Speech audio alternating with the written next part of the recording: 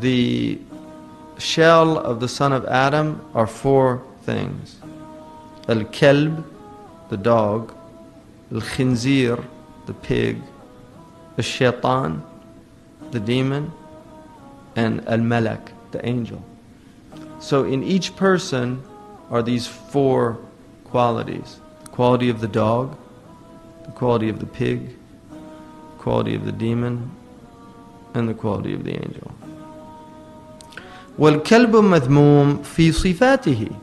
The dog is blameworthy in its qualities. وَلَيْسَ بِمَذْمُومٍ فِي صُورَتِهِ. But it's not blameworthy in its form. Its form is not blameworthy, the way it looks. There's nothing wrong with the way it looks. But it's blameworthy in its behavior. So if you train a dog actually can become a praiseworthy creature. But if he's not trained, he's blameworthy. He's jumping all over. He's spilling things. He is aggressive. If he sees something he doesn't know, he just starts growling. He doesn't know why he's growling. It could be a friend, not a foe, but he doesn't distinguish between friend or foe. He's just in that aggressive mode. So the dog, that's the state of the dog. And like that, the demon and the angel. The blame and the praise of these two creatures is in their qualities. It's not in their forms. إِنَّ اللَّهَ لَا يَنْظُرُ إِلَى صُوَرِكُمْ. The Prophet ﷺ said, God doesn't look at your forms. وَلَكِنْ إِلَى أَعْمَالِكُمْ وَقُلُوبِكُمْ. But at your deeds and what's the state of your heart, your intentions. That's what Allah looks at. He doesn't look at your outward forms. وَلَيْسَ ذَلِكَ فِي صُوَرِهِمْ وَخَلْقِهِمْ. It's not in their form or how they've been created. وَكَذَلِكَ الْخِنْزِيرُ مَذْمُومٌ فِي صِفَاتِهِ وَلَيْسَ بِمَذْمُومٍ فِي خِلْقَتِهِ. And like that, the pig is blameworthy in his qualities, in his characteristics, and he's not blameworthy in his external appearance. You can't blame a pig for the way it looks, but the way it behaves, that's another thing. Now, one of the meanings of jahal is also to act with zealousness. It's to act without hilm. Hilm is forbearance. Kana ahlam an-nas. He was the most forbearing of men. He never lost it. If you study his seerah, you will not see that the Prophet ﷺ ever lost control of his nature.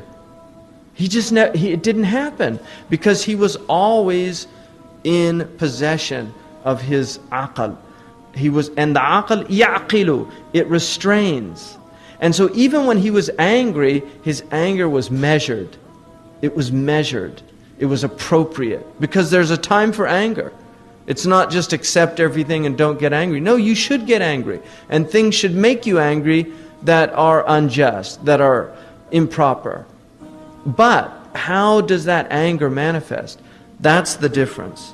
So the Prophet ﷺ, كما قال النبي صلى الله عليه وسلم, ما من أحد إلا وله شيطان ولي شيطان وإن الله قد أعانني على الشيطان حتى أسلم.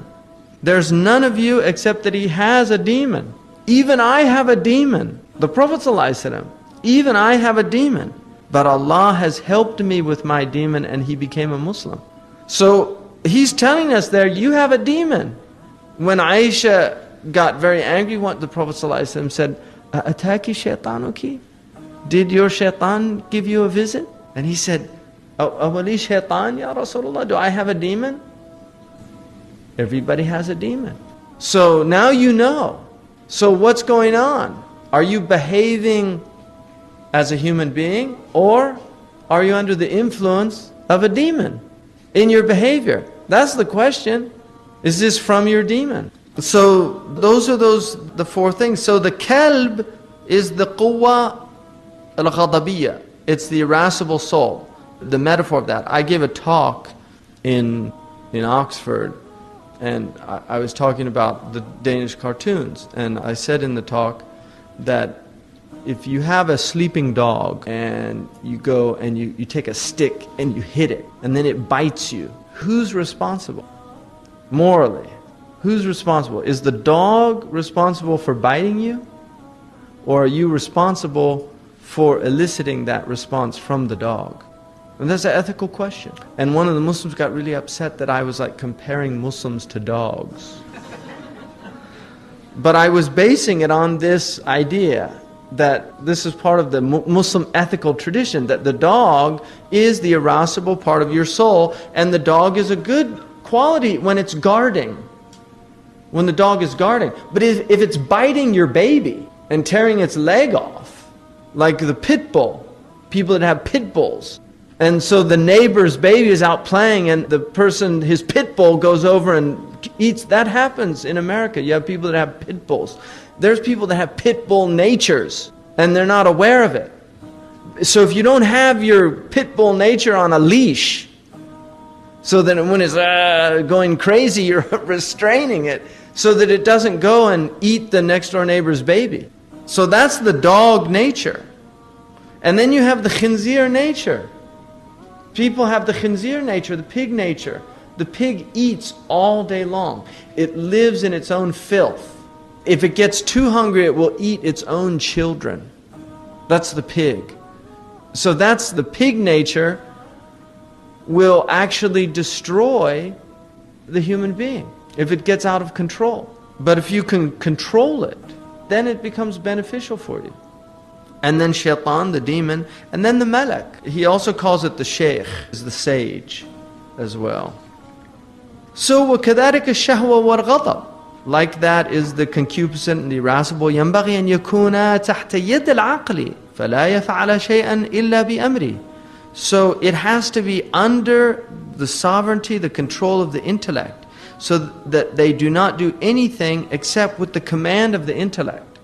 The intellect is the one guiding the concupiscent and the irascible, the dog and the pig. It's the shepherd. The intellect is the shepherd of these two qualities. فَإِنْ فَعَلَ ذَلِكَ صَحَّ لَهُ حُسْنُ الْأَخْلَاقِ.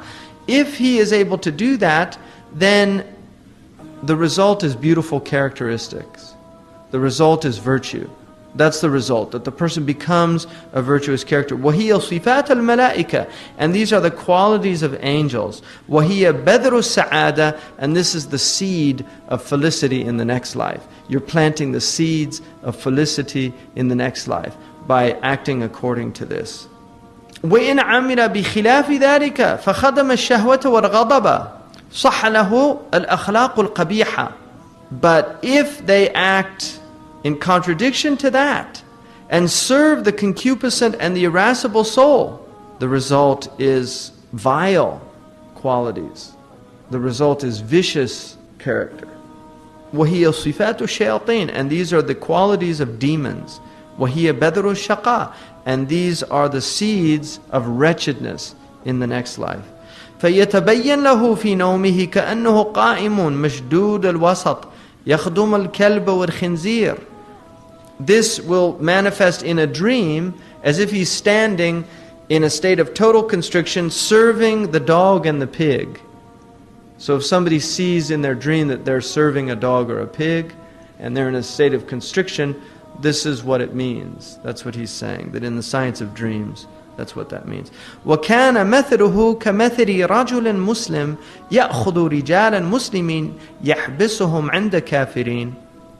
And this type of person is comparable to the one who takes a group of Muslims prisoner and hands them over to kafirin, to disbelievers. It's as if you're taking the intellect prisoner and you're giving the intellect, the Muslim, you're giving them over to the kafirin. That's what he's saying. That when you surrender your will to your concupiscent and your irascible soul, to the pig and the dog and the demon, this is what you've done. You've surrendered Muslims to the kafirin. Because they're ingrates. They don't appreciate the ni'mah, the blessings.